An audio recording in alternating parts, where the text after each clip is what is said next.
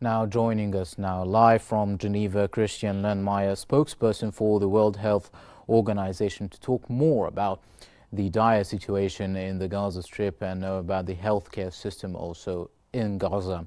Mr. Lennmeyer, thank you for joining us on Q News. Now, can you first describe the current state of the healthcare system with a year in this war that Israel has waged on Gaza?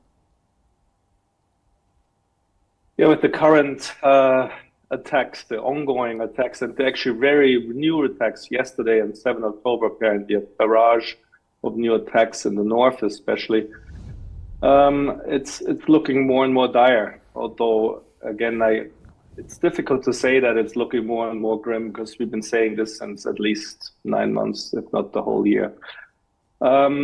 Officially, 17 hospitals of the 36 are partially functioning.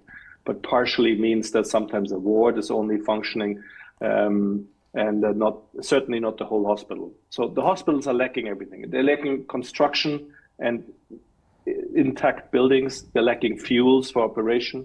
They're lacking medical supplies, including the most basic medicines. And they're lacking staff, because staff has either been killed, is somewhere hiding and running, or is not able to come to the clinics or to the health centers. So everything which concerns a hospital is lacking. Now, but let's talk more about what you said about the workers in the healthcare system.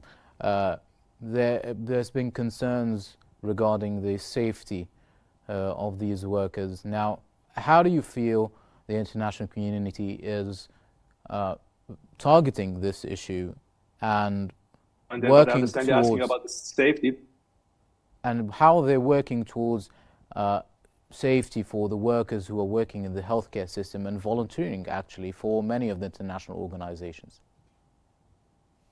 It's a horrible situation. We have had over 500 attacks on healthcare in this year. Nearly 800 healthcare personnel have been killed.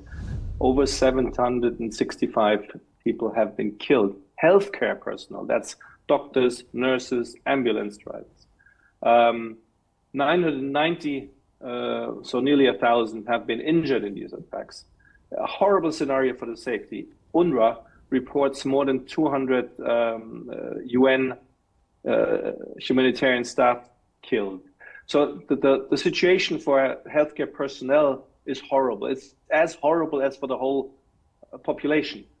And that should not be the case. At least healthcare should be safe, because they're the last resort, the last hope for people, not only for war injuries, for every little disease, for childhood injuries, for mothers who are pregnant, or women who are pregnant who have children. So everything needs healthcare staff.